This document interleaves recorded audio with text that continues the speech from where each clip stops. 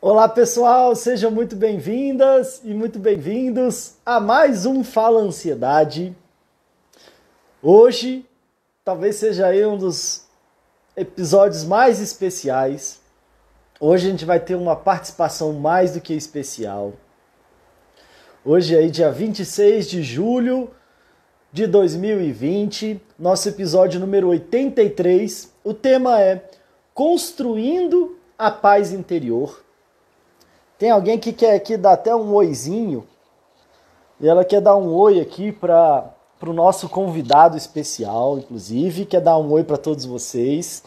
Quero saber se vocês estão me vendo bem, me ouvindo bem, para a gente começar. Vamos convidar, inclusive, aí a nossa grande participação especial, que é o médico Dr. Milton Menezes, médico, teólogo, educador. E é meu pai também, eu estou aguardando essa surpresa aqui, é o meu pai e o avô dessa menininha aqui. Eu acho que ele já está por aqui. E caiu, inclusive, no dia dos avós, né? Quando a gente marcou, eu nem, na verdade, confesso que eu não tinha me tocado. Olá, então já fica olá. Aqui um feliz dia dos avós. A Catarina falou que vai assistir também lá de Porto Alegre. Que bom ver vocês. É um prazer enorme, é um prazer imenso estar aqui com você, Pedro, estar aqui com todos vocês que estão nos acompanhando. É um prazer realmente muito grande, né? Não só por estar com você, com Helena do lado, né?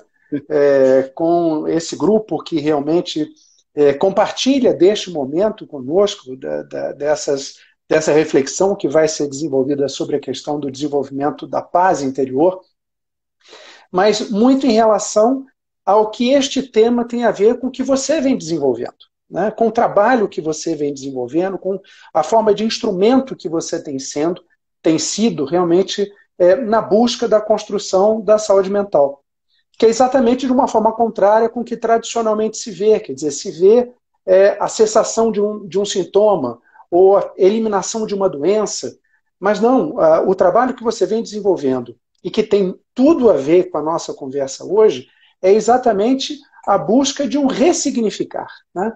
É a busca de uma saúde plena, de um equilíbrio dinâmico com o meio, é um fazer as pazes consigo mesmo, é um rever-se, né, ao longo da sua história, em que, como você coloca sempre muito bem, o importante não é, depois da crise, sair como antes, mas sempre sair muito melhor, né? Então, nessa lógica, dessa visão em termos integral, no sentido integral, a visão integral da saúde, no caso especificamente a saúde mental, mais especificamente sobre a questão da ansiedade, e esse último projeto agora, Chega de Crise, né? Mas não é um chega de crise para não ter mais sintoma, é um chega de crise para ser melhor, né? Para evoluir, para dar um salto, para ressignificar a vida, né? Para poder encontrar a verdadeira razão da existência nesse mundo, e aí certamente nós vamos encontrar neste caminhar não só uma saúde mental, mas certamente vamos ser capazes de encontrar o que a gente vai conversar hoje, que é a paz. Boa, boa. Uau! Então, já agradeço a introdução. Helena vai mandar um beijo pro vovô e pro pessoal aqui, que ela já tá de olho na mamãe ali, inclusive. Então, dá um tchau pro pessoal.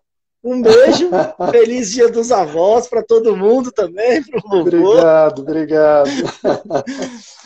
Bom, então, uau, depois já dessa grande introdução, né, te agradeço muito, como eu falei, talvez seja com certeza aí, eu estava para anunciar aqui a live dizendo, né, provavelmente é uma das pessoas que mais me influenciaram, se não que mais me influenciou positivamente, então confesso que eu também estou aqui com um certo frio na barriga aqui para o nosso papo. Agradeço muito você ter aceito o convite. Imagina. Tem que ralar bastante. Eu só espero não atrapalhar a sua presença aqui. Pelo contrário.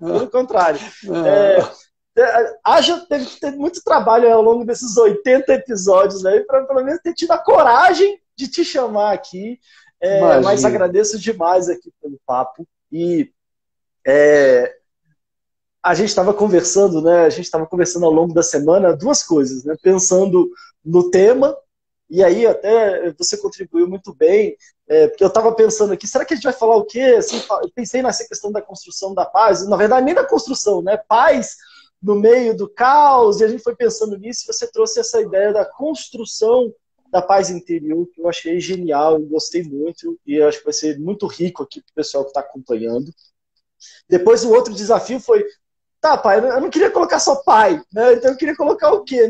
Médico, teólogo, e isso foi mais um desafio. Educador, e tem tanta coisa também que eu até brinquei que ao longo da Terapeuta minha vida, o que seu comunitário, pai né, que faz? nós fizemos juntos. Terapeuta comunitário, É, exatamente. Né? Então, é um desafio à parte isso. E é legal você ter tocado nesse assunto, porque eu considero talvez o meu início ali de trabalhar com desenvolvimento humano, lá na formação de terapia comunitária, e que isso já fica aí um assunto que eu realmente nunca comentei muito, né? Acho que eu já falei algumas vezes que a gente fez junto, mas muita gente talvez não saiba que foi você que me indicou, inclusive, para assistir uma palestra do Adalberto, eu fui, gostei muito, e a gente fez junto, né? Eu, você e a avó, a é sua mãe, então, verdade. inclusive, que é o dia...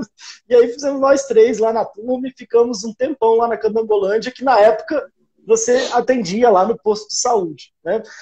Então, enfim, isso há 18 anos atrás. Né? A Clarissa aqui, a Catarina já está mandando um oi aqui no Tá Instagram da lá, Clarissa, que é a Catarina outra querida, neta. minha neta querida. Mas eu queria, antes da gente começar propriamente no tema, né, de falar sobre essa questão de construindo a paz interior, e eu sei que só para essa introdução já teria que ter 1000 lives aí, mas se você pudesse falar um pouquinho também da sua trajetória, né? Porque você é médico, teólogo, educador, ou seja, já deu muita aula também, já atendeu muito, já fez um monte de coisa aí na medicina e já estudou pra caramba também na questão da espiritualidade, de diferentes religiões e tudo mais. Então, não sei se daria para você fazer um pouquinho, dar uma introdução aqui, falando um pouquinho da sua trajetória também, antes da gente começar propriamente no construir uma paz interior. Perfeito, né? Na verdade, minha trajetória, ela, apesar de aparente meio atropelada, vamos dizer assim, com várias coisas, mas me levou àquilo que realmente eu venho trabalhando hoje e de forma mais intensamente, né? Eu sou médico, como você Até, colocou, desculpa vou até te fazer. interromper aqui, eu vou Não, tentar não imagina. atrapalhar muito também, tá? Não, Mas por eu lembro favor. quando eu era criança, tinha toda a questão do Zé Gotinha, não sei, aí a gente vai entregando mais ou menos a idade, não sei o pessoal que está acompanhando aqui, mas eu lembro eu criança, e tinha toda a história do Zé Gotinha, que era vacinação de poliomielite, e que você na época coordenava e tudo. Eu lembro que eu era criança, mas tinha muita essa coisa meu avô, seu pai já falava, então, olha, seu pai, nossa, seu pai é muito bom, estuda isso. E era uma época de uma grande crise também, né? Várias que eu imagino que você passou depois aqui na Secretaria de Saúde, na direção de hospital, quer dizer, crise não foi o que te faltou ao longo dessa trajetória toda, né? Então, até se você puder falar um pouquinho sobre isso nesse caminho, e aí, né, enfim, tudo que a gente está vivendo agora, também como sociedade, e talvez os desafios que a gente está vivendo. De uma forma mais sucinta possível, né?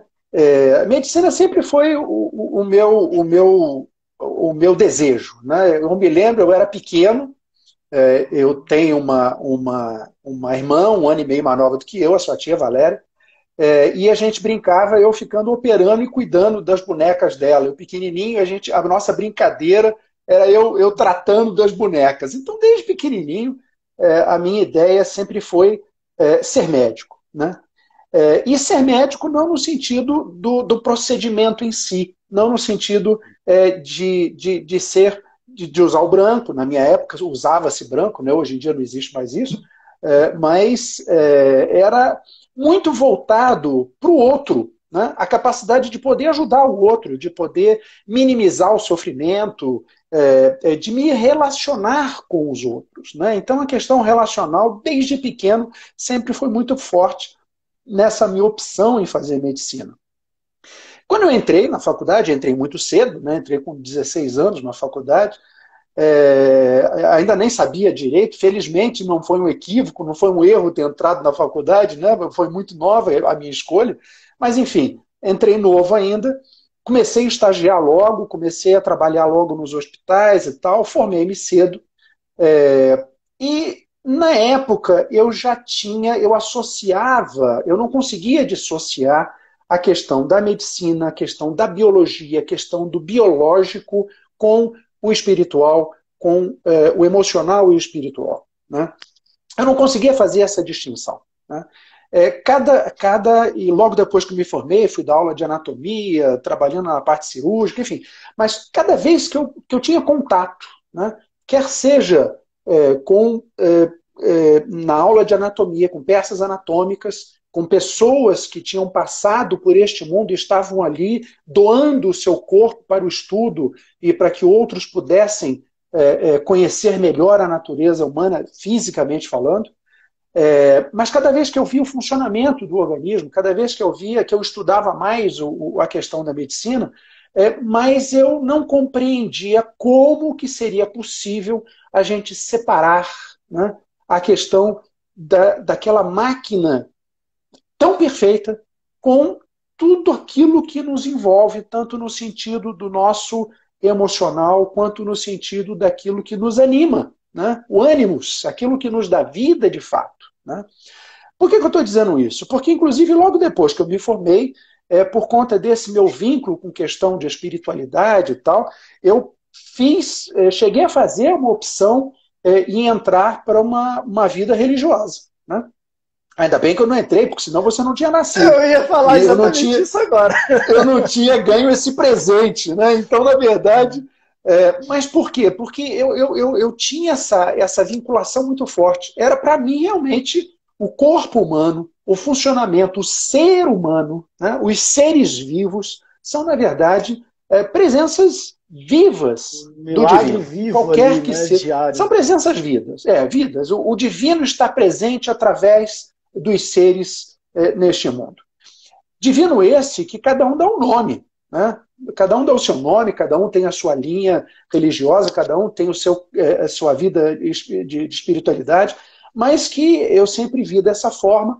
E ao longo desses anos, praticando a medicina, tanto na clínica, quanto na minha carreira administrativa, como você falou, em gestão de saúde, como sendo uma das minhas especialidades, me enveredei para a área da saúde pública, para poder ter um olhar, quer dizer, da margem esse olhar mais amplo, saindo do indivíduo apenas e ver a comunidade, a sua relação com o meio, a sua relação com o mundo, e saindo, obviamente, da saúde simplesmente como ausência de doença, né? Vendo a saúde exatamente essa relação integral e equilibrada com o meio. Né?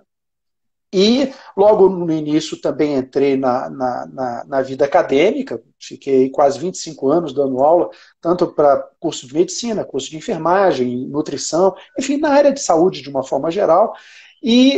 Mas ao longo de todos esses meus desafios, tanto o desafio clínico, desafio da saúde pública como um todo, você lembrou aí a questão da erradicação da poliomielite, que nós tivemos uma participação ativa na época no Ministério da Saúde e tantas outras atividades no Ministério da Educação também, aqui na Secretaria, na direção de alguns hospitais, enfim, numa série de atividades.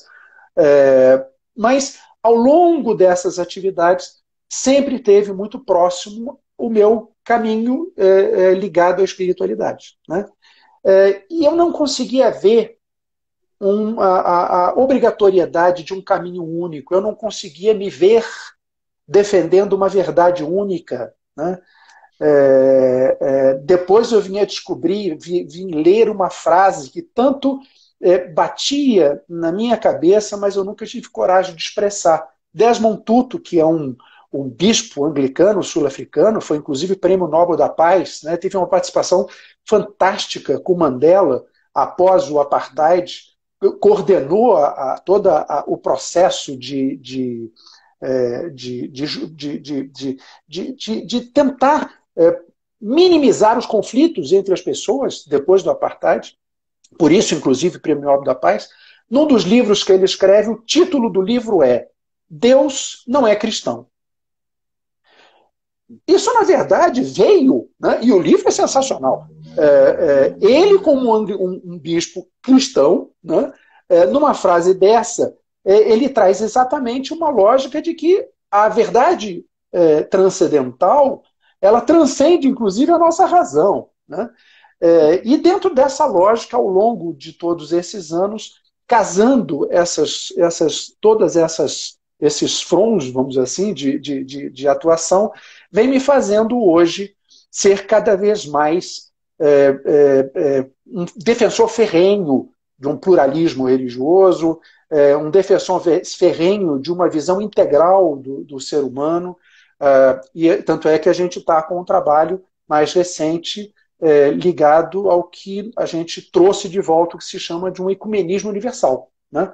Não no sentido de uma religiosidade, de uma prática específica, de rituais, não, mas no sentido de buscar sempre aquilo que nos une enquanto seres, né? E evitar aquilo que nos diferencia. O que nos diferencia nos caracteriza individualmente, nos caracteriza enquanto povos, nos caracteriza enquanto grupos, pessoas, etc. Mas o mais importante é aquilo que nos aproxima um do outro. Né? E é exatamente esse trabalho que atualmente, depois de aposentado agora, depois de 38 anos de Secretaria de Saúde, que a gente vem desenvolvendo mais intensamente, depois de estudar esse tempo todo, a questão da teologia comparada, religiões comparadas, etc. Né? O que não descaracteriza uma opção específica. Né? Você sabe, eu sou anglicano, mas isso não quer dizer que buscando o que nos une vai me fazer diminuir a minha prática específica, o meu caminho específico, de forma alguma. Ele só fortalece, né? Mas fortalece indo ao encontro do outro. Né? É aquela história, você não pode buscar a divindade olhando para o céu, você tem de buscar a divindade olhando para o outro. Né? Porque no outro que ele reside, no outro que ele habita, é na minha relação com o outro que ele se faz presente. Né? Isso na medicina, isso na minha prática da espiritualidade, enfim, dentro de uma forma geral. Né? E eu acho que vem... a gente vem tentando, e o objetivo é exatamente tirar um pouco esse foco tão radicalizado que vem se desenvolvendo e cada vez mais ao longo dos anos, dos séculos, né, e fortalecendo essa visão racional do ser humano, do dualismo. Né? É o meu e o seu, é o certo e o errado, é o bem e o mal, né? Nós e divino, eles, né? Então, nós e eles, para nós, não para eles. Né? Exatamente, quer dizer, essa visão racional do ser humano que cada vez está mais fortalecida, essa visão dualista, né?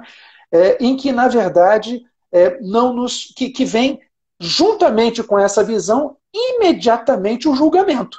Né? Quer dizer, se eu tenho na minha cabeça o certo contrapondo-se ao mal, eu olhando para o outro, se não faz aquilo que eu julgo como certo, eu o julgo de imediato fazendo algo errado, né? E não algo diferente.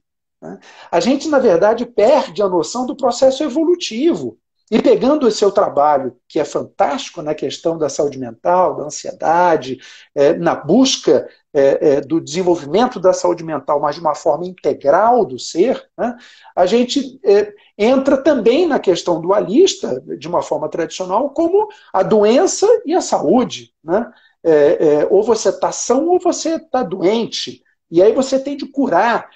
Acaba se vendo como ações pontuais, como visões pontuais. E perde-se de vista a integralidade do ser, perde-se de vista a relação do ser com o meio, perde-se de vista, na verdade, esse processo de desenvolvimento que você traz tão bem nas suas reflexões, no seu trabalho, da ressignificação. Né?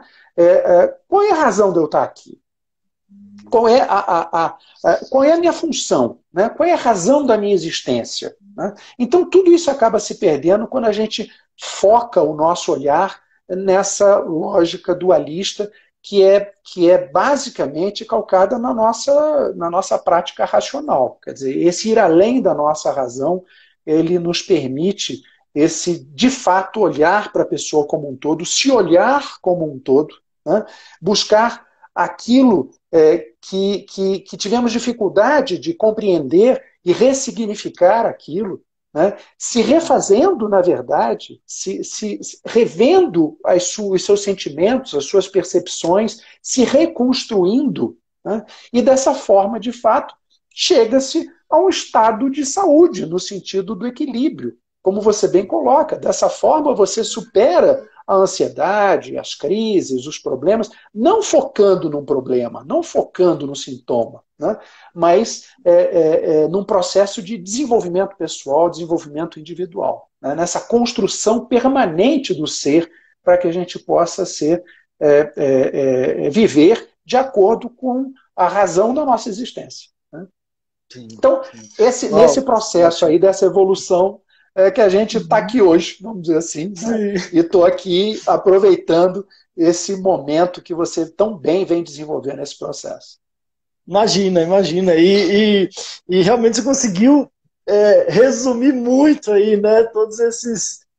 Quantos anos de medicina já? Só de medicina foram já 30 40 anos, quase 40 anos de medicina, e além de todos os outros estudos, né? E quando você sugeriu o construindo a paz interior, eu achei ótimo, né? Porque acho que traz, primeiro, isso que você falou, tentar fugir dessa ideia só de certo e errado, então eu tenho paz ou não tenho paz, né? Ou essa coisa dualista, e ao mesmo tempo tendo um olhar mais, como você disse, nesse processo evolutivo. E quando a gente fala, então poderia ser buscando, né? E aí eu estou buscando, estou achando, não estou achando. E quando você fala construindo, eu achei interessante porque também me traz uma participação mais ativa, né? Num processo de construção, e a gente vai construindo, vai crescendo, né? Um movimento de crescimento, de evolução e de construção que nos chama também para a nossa participação, ao invés de ser algo que a gente vai sentar passivo, e vai esperar, passivo, né? Ou às vezes, ou eu vou tomar um remédio e tudo vai se resolver, ou eu vou, claro, com todo respeito a qualquer orientação religiosa ou espiritual, mas também eu vou rezar e vou esperar um milagre, vou ficar à espera de um milagre, né? Então, às vezes eu fico ou querendo uma solução mágica de uma coisa que eu tomo, um remédio, né? Para o lado da medicina, eu quero uma saída mágica e rápida que eu tomo e resolve, ou que alguém faz alguma coisa e eu acordo curado, ou que eu quero rezar e confiar e ter a fé, mas ao mesmo tempo esperar um milagre acontecer. E talvez essas duas posições, talvez muito passivas, né? E que eu acho que nem tanto para um lado da saúde, tanto para o lado da espiritualidade, não é muito essa a ideia, né? Acho que tem uma parte aí que é uma parte muito nossa e que depende muito da gente, né? Seja por uma questão da gente estar desenvolvendo mais ou menos hábitos saudáveis e sendo do nosso livre-arbítrio também, se a gente for pensar num aspecto mais religioso e espiritual, né? Agora, uma coisa que eu queria te perguntar, e também até aproveitar a sua experiência de vida, e aí talvez até primeiro por um lado nesse aspecto profissional, e que como a gente vinha falando, seja lá de trás na questão da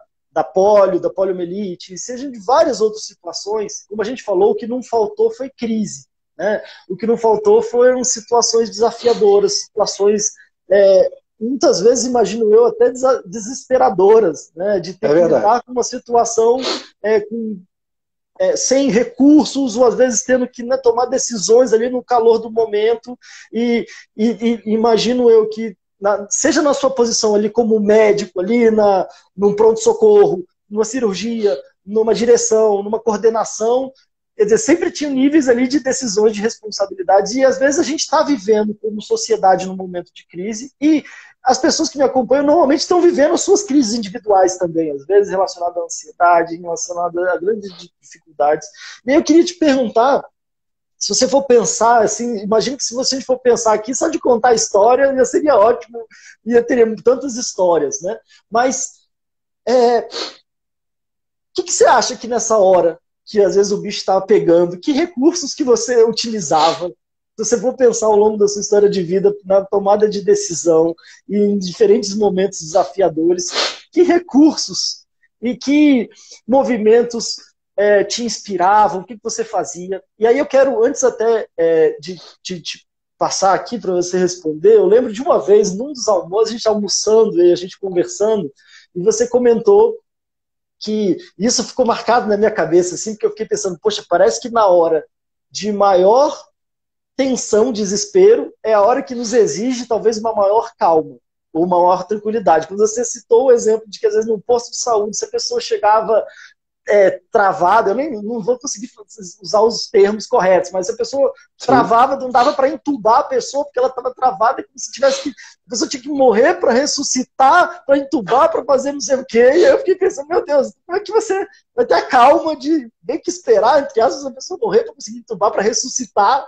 Que calma que você precisa ter num momento tão desesperador. Eu lembro disso um exemplo de milhares que você deve ter ao longo da sua vida, né? Depois, isso com certeza me inspirou muito, às vezes até porque eu já tive a oportunidade de, eventualmente, nos meus atendimentos das situações, às vezes as pessoas estarem em crise na minha frente e eu acho que de alguma forma isso me ajudou, me inspirou, porque às vezes quando a gente de alguma forma mantém uma calma ali, a gente talvez consiga lidar melhor com uma situação mesmo que caótica, né? Então isso que eu queria te perguntar, buscando a sua experiência e essa história que me marcou. Eu estava pensando aqui no que a gente ia conversar e eu lembrei dessa história. Dessa situação, né? Na verdade, Pedro, o que acontece? Eu acho que são vários fatores, né? É claro que no caso de uma atividade, como uma atividade médica, uma prática médica, tem, claro, que o fator do conhecimento, do que você tem de fazer, né? Porque senão, por mais calmo que você fique, né? A técnica você tem que saber. Mas aí, especificamente nesse exemplo que você deu, né? Porque se você não souber a técnica, não adianta nada você ter muita calma, porque a pessoa vai morrer na sua frente, né? Você sabendo a técnica, mas se não tiver a calma, você não vai poder aplicar a técnica, né? Mas que tradicionalmente a gente coloca como calma, né? De uma forma racionalmente a gente coloca como calma. Mas vai muito além disso, né? Vai muito além disso. Yogananda, e você conhece bem, né, o grande mestre Yogananda, hindu, que trouxe filosofia oriental para o Ocidente, foi um dos que trouxeram, né, numa revisão, né, nessa tentativa de fusão do hinduísmo com as religiões ocidentais e tal. Ele sempre dizia que a mente que está no caos só encontra o caos à sua volta, né? E o inverso da mesma forma. A mente que está em paz, está tranquila, ela tem a chance de lidar com tranquilidade, de ver com, não é passividade no sentido de estática, mas de ver com tranquilidade aquilo que está à volta, né? De absorver de forma pacífica aquilo que está à volta, independente do momento que você vive, né? Me lembra sempre... Pacífica e não passiva, né? Não é passiva, a palavra parece igual, mas é bem diferente, né? Completamente diferente. Porque pacífica não te limita à ação, né? Você não fica passivo, você não fica aguardando os acontecimentos. Você age de forma pacífica na sua relação com o meio que você se encontra naquele momento, mesmo estando no caos, né? Pegando aí a frase do Yogananda na questão da mente que está no caos, só encontra o caos, né? Ele sozinho, o ambiente está um caos, né? Porque a sua mente está no caos. A sua mente não consegue encontrar a paz. Por isso que, na verdade, a paz não é algo que a gente encontra no outro, não é algo que a gente encontra fora de si, não é algo que a gente encontra em outros países, etc. A paz é algo que vem de dentro. E ela é construída de dentro, que parte para as relações, né? Talvez até, desculpa te interromper, mas então, se a gente fala de construindo a paz interior, talvez tenha a ver com desconstruindo o caos interior, porque às vezes também está dentro, né? E eu fico querendo colocar para fora e querendo buscar uma paz fora, desconstruindo o caos interior e construindo a paz interior. Claro. Olha, na verdade tem inúmeros, infinitos exemplos, né? Mas um exemplo que eu gosto de pensar sempre, não numa questão religiosa, mas numa questão icônica, no sentido de que, carregando a paz, independente do momento, da situação que você vive, você o vê de forma pacífica, né? que é o que a gente chama da história dos mártires. Não vou entrar no mérito da religião, mas o que é fantástico é a gente imaginar um grupo de pessoas que partiam em direção à morte. Morte terrível diante de feras, sabendo que iria encontrar as feras, como que seria essa morte de forma terrível, e faziam esse caminho cantando, alegres, independente da questão religiosa. Mas por quê? Porque a sensação que eles tinham era uma sensação de paz. Claro que essa sensação de paz ela pode ser construída de várias formas. A gente não pode dizer que um ateu não tem paz, né? A gente não pode dizer que esta ou aquela religião que dá paz, de forma alguma. Até porque a gente pode encontrar vários exemplos no Bhagavad Gita, no Alcorão, na Bíblia, vários. Eu encontrei hoje, inclusive, só para dar esse exemplo de vários locais, aquilo que o Ocidente vê com tanta reticência, né, por diversas razões, né, a gente vê o islamismo de forma muito ruim. Né? Pô, solta bomba, mata todo mundo, não sei o que e tal. Tem uma colocação de um sheik, de um grande líder islâmico, o sheik Al-Zarjaj. Ele diz o seguinte: em seu sentido literal, Islã significa fazer a paz. Islã é a religião e o modo de vida da construção da paz. Fazer a paz, exatamente como o nome sugere, é o objetivo. O Islã quer produzir a paz em todas as esferas de importância da humanidade. O homem existe para estabelecer a paz consigo, com o outro, com Deus. Né? Uma pessoa que tente fazer isso, ele é um muçulmano, acredite ele ou não. Quer dizer, mesmo linhas em que, teoricamente, boa parte do mundo vê, se você for ler o Alcorão, e eu li na tradução, que perde muito, mas o Alcorão é um livro que ele traz a paz e o amor do começo ao fim. E muitos usam esse mesmo livro para jogar bomba e matar as pessoas. Né? Então, na verdade, os caminhos eles estão postos, diversos deles, quer sejam eles religiosos, quer sejam eles de revisão da sua vida, da sua saúde mental, etc., mas estão postos no sentido de que para lhe ajudar, né? Processos de meditação, diversos deles, né? Revisão do seu eu, do seu processo histórico, né? Eles estão exatamente para ajudar a gente a encontrar, melhor dizendo, a gente construir esta paz interna, e que é um processo, eu diria até, que é quase que uma proposta de vida. Porque plena paz é o ideal. Né? Eu acho que quando a gente tiver plena paz, a gente não precisa estar mais aqui. Né? Para aqueles que acreditam em renascimentos, não importa, mas é um processo de desenvolvimento. Né? Agora, nós podemos viver, sim, essa paz, mesmo que não seja plena e imperturbável, né? Mas a gente pode, de fato, encontrar essa paz. A gente só tem de ter o cuidado para não ver a paz simplesmente como momentos de vida, como oposição a conflitos, que é o que normalmente a gente vê. Né? O que Quando está tudo bem na minha vida, eu estou em paz. O problema é que exatamente. esteja tudo bem, né? Isso. É exatamente as crises de ansiedade que você conhece bem, que eu cansei de ver no consultório, e você também. Né? A pessoa chega e diz assim, mas pera um pouquinho, agora que a minha vida está tão bem, está tudo tranquilo, eu começo a ter crise? Por que agora que eu começo a ter crise? Eu passei um inferno ano passado, agora que está tudo bem, eu começo a ter crise. E, na verdade, é esse o processo mesmo. Né? O ser humano, o seu interior, buscou forças, né? O rebote, né? O seu organismo bate a porta e diz, agora você vai ter de cuidar de mim. Né? E chega no seu consultório, chega no consultório. A conta médico, acaba chegando depois. Né? A conta chega, com certeza. Né?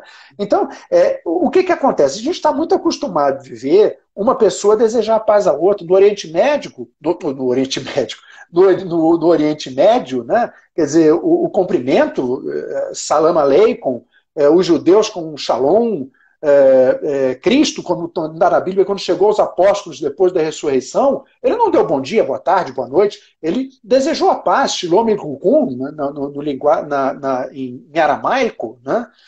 Mas só que, na verdade, a gente já está acostumado a ver as pessoas em passeatas desejando a paz, grupos desejando e ativamente, entre aspas, brigando pela paz, né? O que é louvável, não estou questionando nada disso, não. Mas o que também não adianta toda essa briga chegar em casa e brigar com o companheiro, com a companheira, com o filho, com o pai, com o vizinho, tá no trânsito, se esbravejar quando alguém atravessa o nosso carro, né? Quer dizer, isso não é paz. A gente pode querer até ter uma harmonia entre as pessoas, uma harmonia entre os povos, mas a paz, na verdade, ela é construída internamente. E só existe fora quando ela extravasa, quando ela sai de dentro de nós e passa a fazer parte das nossas ações, do nosso cotidiano. Por isso que é aquela questão do viver em paz, né? Quer dizer, isso de fato representa a paz. Isso de fato é esse mote maravilhoso, né, do que você colocou hoje, do construir a paz interior, né? E essa paz tem tudo a ver com os sentimentos maiores, né? Quando você colocou a questão da paz, e logo no início eu me lembrei de uma das maravilhosas frases de Teresa de Calcutá, em que ela nos diz que ninguém vem a ti sem que volte melhor e mais feliz. É nossa obrigação. Todos aqueles que chegam até a gente precisam sair melhores e mais felizes. Mas ela completa dizendo que não há ninguém no mundo, não há ser humano algum no mundo que, sendo amado, não se torne pacífico. Então, tem essa questão do sentimento, do amor, não é um amor pelo outro, também não é um amor dualista, aquele amor que eu quero ter o objeto amado do meu lado, eu quero tê-lo para mim, eu quero ser feliz porque eu tenho alguém como ele ou como ela na minha vida. Mas é um amor integral, ou seja, é o sentimento de desejo pela felicidade alheia, é o sentimento de desejo pela felicidade daquele que você ama, né? E esse amor e esse sentimento que gera essa paz, ele está muito além do que, inclusive, a própria vida, né? Todo mundo que tem entes queridos, todo mundo que tem filhos, né, sabe que em momentos de dor do filho, a gente chega inutilmente a pensar, puxa vida, essa dor podia ser em mim. Né? Quer dizer, às vezes quando o filho, e isso a gente ouve de relatos todos os dias, quando o pai, a mãe, percebe a possibilidade da perda do filho, inutilmente chega a orar, né? Quer dizer, trocar de Deus, lugar, me leve. Exatamente, me leve e não a ele. Quer dizer, então, na verdade, esse sentimento genuíno do amor, ele supera a própria vida. E ele, né, de fato, é capaz de construir essa paz interna independente do meio em que nós nos encontramos. Né? E a gente só vai ter paz dessa forma. A gente não vai ter paz quando o meio for tranquilo. Se a gente for para o mato, se a gente for para uma cachoeira, se a gente for à beira do mar, né? Sozinho, você pode estar levando com você a maior guerra do mundo. Porque essa guerra está dentro de você. O professor Adalberto Barreto fala que o cachorro leva a pulga para onde ele vai, né? Então esse que é o desafio, né? Eu quero me mudar. Eu acho que eu tenho que mudar de lugar, de trabalho. Aí se eu não mudar alguma coisa dentro, eu estou levando a minha pulguinha não adianta. na caverna. Junto, né? A pulga vai junto, não tem jeito, né? Então essa é uma questão importante, né? E por isso que eu achei tão rico esse ponto de reflexão para hoje, e dentro desse contexto todo que você vem trabalhando no resgate da autoestima, do amor próprio, quer dizer, o amor próprio, amor para consigo mesmo, né? Quer dizer, é um amor genuíno. Até porque, se a gente for pensar, o amor não está fora da gente. Né? O amor é uma semente. O amor é uma semente que essencialmente está em nós. O outro tem a grande importância de despertar essa semente, de despertar esse sentimento. Mas é um sentimento intrínseco, não está fora. Né? E ele, quando desperto, por outros ou por você mesmo, que é o ideal, que é o que você tanto trabalha, você é capaz de, amando-se, perceber que esse bem-querer próprio, né, essa ressignificação da importância da sua vida como ser neste mundo encarnado, você consegue encontrar a paz independente de todo o meio conturbado que você pode se encontrar naquele momento, né? Sem dúvida alguma. Eu queria... Tá vindo, passa muito rápido, não dá para ler as pessoas, os nomes, às vezes perguntas e tal. Só queria chamar a atenção que, inclusive, a minha mãe, sua avó, né, tá assistindo atentamente, também é psicóloga, né, fez conosco o curso de terapia comunitária e está atentamente aí conosco aqui, partilhando desse momento, assim como tantas outras pessoas queridas, amigos a tia Valéria pessoas falou que estava aqui também, logo no início, que você citou e tudo. Que subiu, né?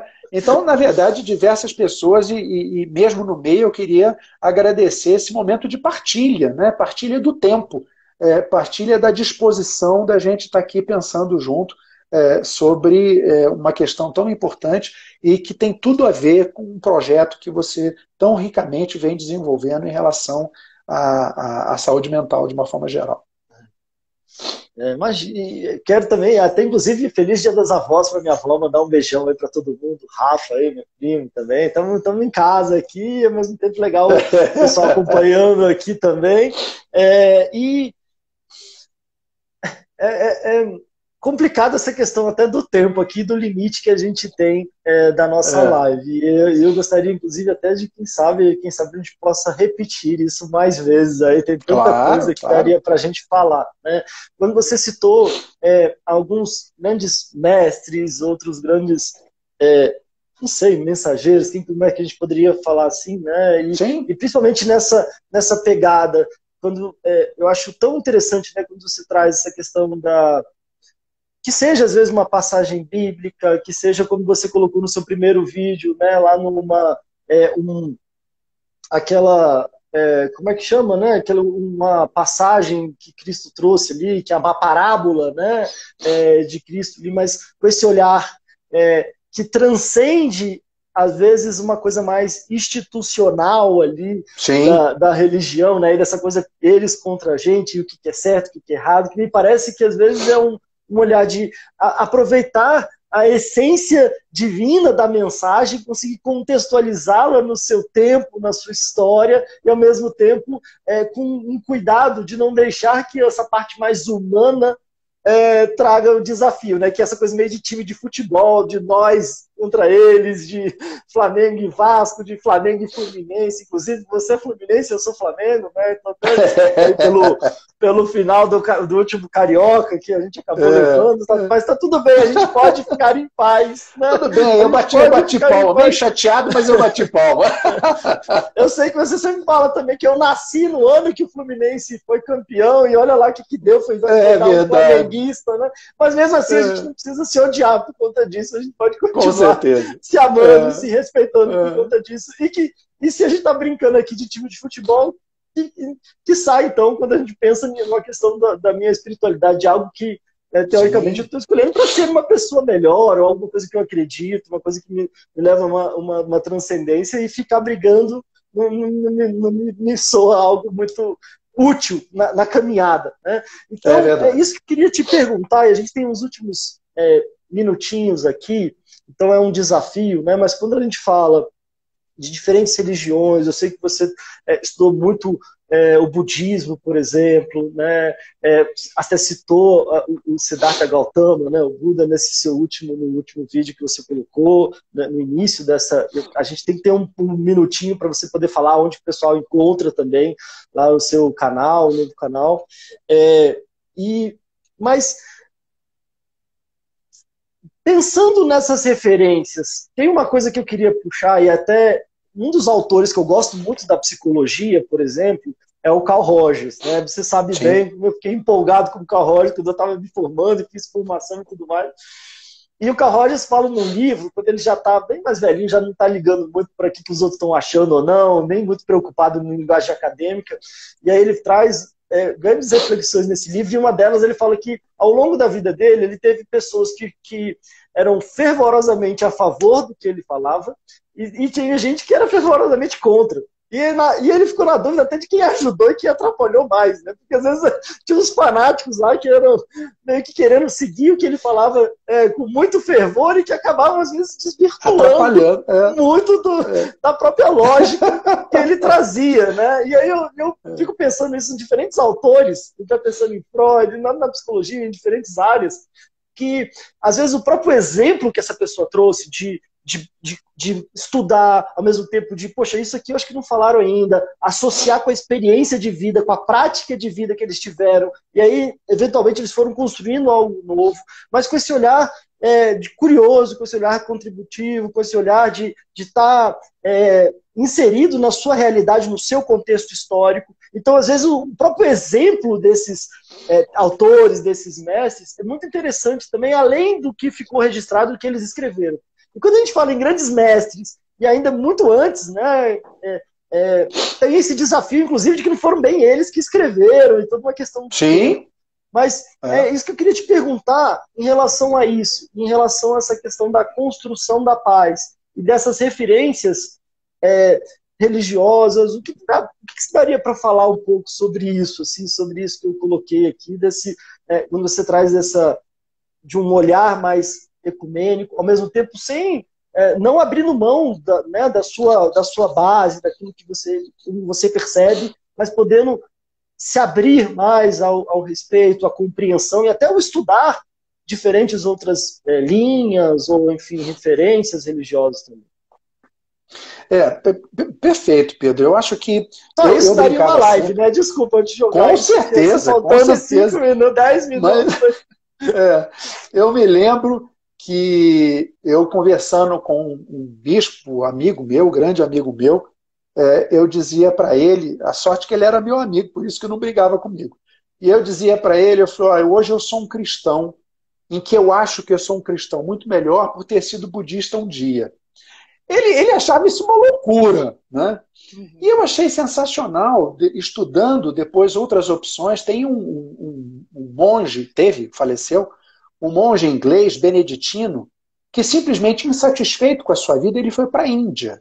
E passou as últimas décadas da vida dele num ashram na Índia, mantendo-se como monge cristão, mas apropriando-se de uma série de bases, de informações, e de reflexões e de visões, né, que ele conseguiu aprender na Índia. Né? E o ashram está lá até hoje, tem grupos que o seguem, que é o Dom Bed, né?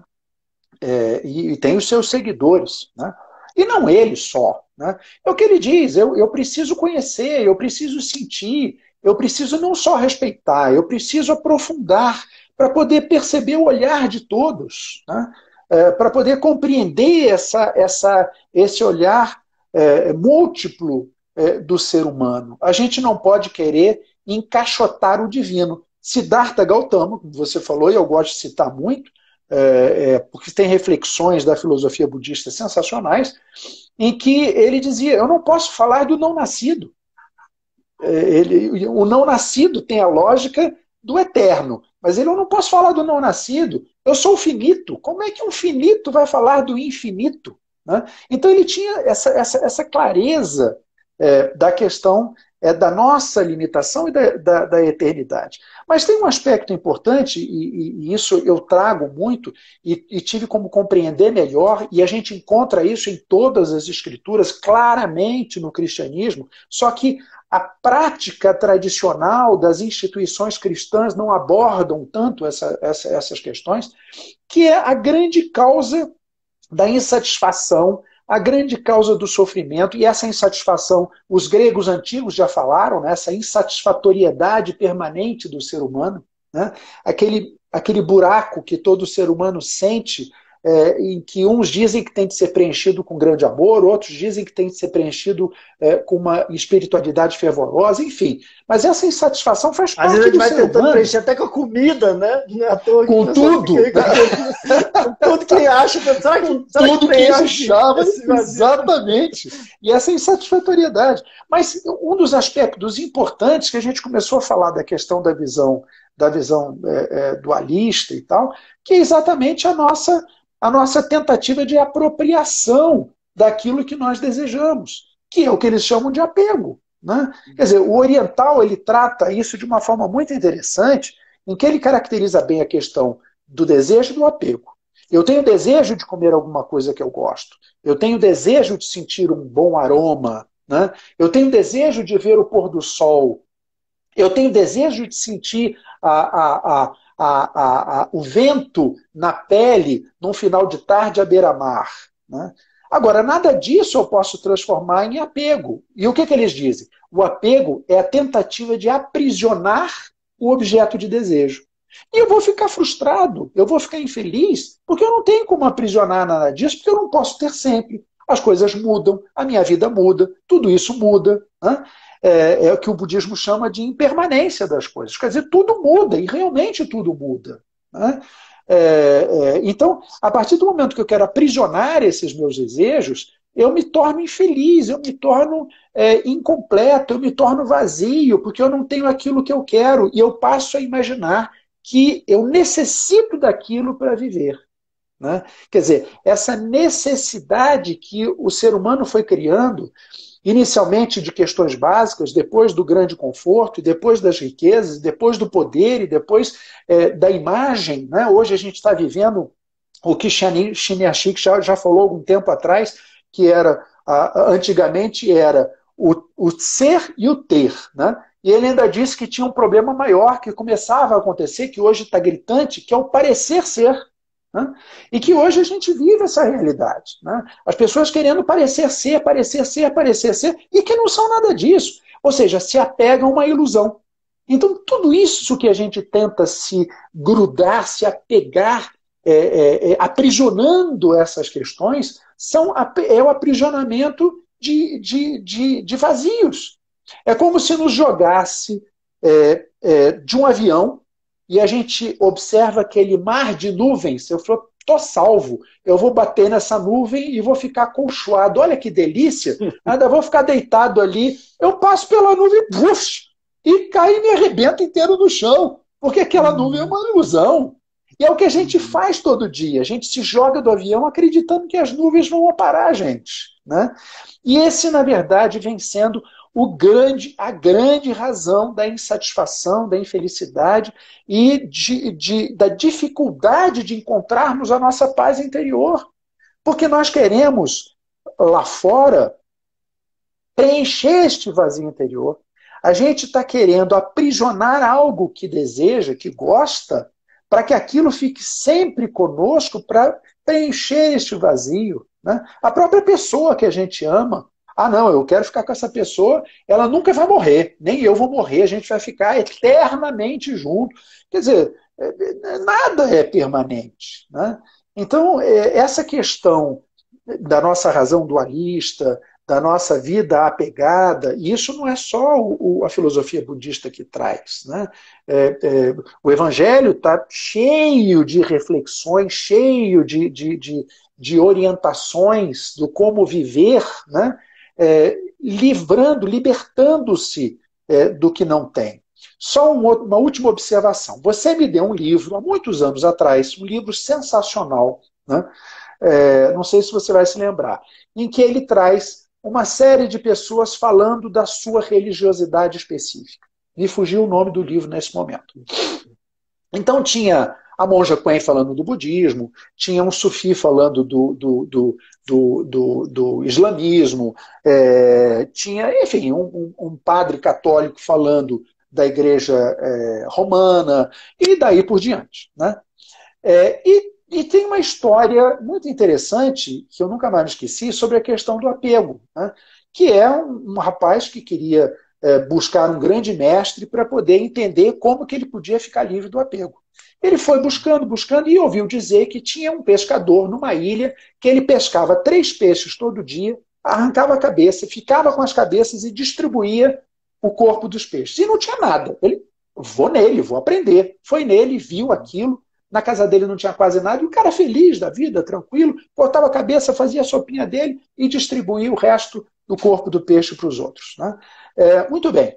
Só que ele falou assim, não sou eu, não. Eu tenho... Ah, tá aqui, pronto, encontrei o livro. O Deus de Cada Um. Você que me deu esse livro. Não sei se você está lembrado. Legal. Há muito tempo atrás, para ser mais exato, não tem a data, mas foi há muito tempo atrás que você me deu. Foi um belíssimo presente. E aí, ele falou assim, não, peraí, você não conhece quem é desapegado. O desapegado é o meu mestre, que mora em tal local. O cara foi correndo. Pô, se ele não é, se o mestre dele, então deve ser uma maravilha. Né? Foi lá, chegou lá, encontrou uma grande mansão, uma casa enorme e tal. Ele falou, não é possível. Fulano de uma hora, ele veio, o acolheu, muito carinhosamente, mas o senhor é mestre dele? Sou sim. Nossa, que figura maravilhosa. O problema é que ele ainda precisa se desapegar. Aí ele não entendeu nada, né? Ele voltou no pescador. Peraí, não estou entendendo. O pescador apresentou a seguinte palavra. É muito simples. Eu não tenho, mas eu sinto falta. Ele tem tudo aquilo e nada aquilo importa para ele. Então, a questão do desapego não quer dizer não ter. Nós vamos tirar a roupa, vamos jogar tudo fora, vamos rasgar dinheiro, vamos quebrar a casa, vamos botar o carro na ribanceira. Não, é uma questão interna. É uma construção interna. E essa construção interna nos possibilita realmente estar melhor e capazes de construir esta paz interior. Uau, uau. Bom, pai, e essa história é ótima do apego, desse cara do pescador. Olha, quero te agradecer demais. É uma pena a gente ter 2 minutinhos aqui de volta. Mas, acabamos não respondendo nada às pessoas, né? Mas eu gostaria muito que, quem sabe, a gente pudesse pelo menos programar um bate-papo, claro. Quem sabe, às vezes um por mês. Eu quero de verdade te agradecer. Claro, por tudo, né? Te agradecer pela vida.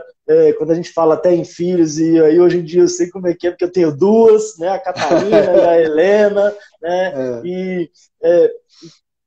Então, a vida, e não só a vida, talvez a vida como algo mais importante, e aí que talvez pode ser uma dica aí para todo mundo, né? A gente trabalha muito isso na constelação familiar, mas tudo que veio além da vida, que já foi muito, mas tem muito te agradecer. Quero agradecer por essa live, por essa contribuição.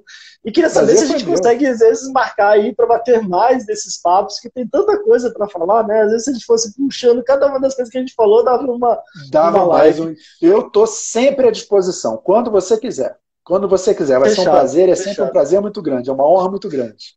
E eu fiquei muito feliz que você começou. Eu sei que você já escreve pra caramba, né? E como você falou, já a trajetória, mas eu tava doido pra ver se você começava a gravar uns vídeos aí e tudo mais. E você começou o seu canal agora, né? Comecei. Com essa primeira parábola lá do joio e do trigo, com esse olhar. Quer dizer, eu falei, como é que você conseguiu encaixar tanta coisa legal nesse pouco tempo, né? E com diferentes referências. Então, vale muito a pena. Eu estou ansioso para o próximo. Queria que desse um último minutinho aqui, que você compartilhasse com o pessoal como é que eles te encontram também. Acho que está mais lá no YouTube, é isso? Como você falou, eu tenho escrito muito. Eu tenho muita coisa escrita e eu sempre gostei de ficar mais escrevendo e não aparecer, né? Mas aí você me estimulou muito, outras pessoas, minha mulher, enfim, uma série de várias outras pessoas me estimularam bastante. E eu acabei optando também por esse veículo para poder estar trocando essas reflexões. E comecei realmente agora um canal, está lá no meu nome, Milton Menezes da Costa, né? Eu tive que colocar o da Costa, porque tem um monte de Milton Menezes, então tem o Milton Menezes da Costa. A gente está começando, já tem um vídeo, 2 vídeos, né? Queria depois pedir essa live para botar lá também, para as pessoas partilharem, inclusive acessarem também o seu canal. E nós estamos à disposição, começando a construir, né? Eu tenho em outros locais escrito e tal, mas hoje em dia, nessa confusão e nessa correria, eu acho que realmente está sendo mais fácil a gente partilhar com as pessoas essas reflexões através dos vídeos, né? No Recanto das Letras eu tenho uma página, Milton Menezes, que tem dezenas, diversos textos, mas eu estou tentando recolocá-los dentro dessa ótica de uma lógica do ecumenismo universal, de uma abordagem universal para todos, buscando sempre o encontro e a harmonia entre nós. Né? E foi um prazer enorme, é sempre um prazer e estou sempre à sua disposição. Que ó, 5 segundos aqui, tá cortando. Pai, brigadão, brigadão por todo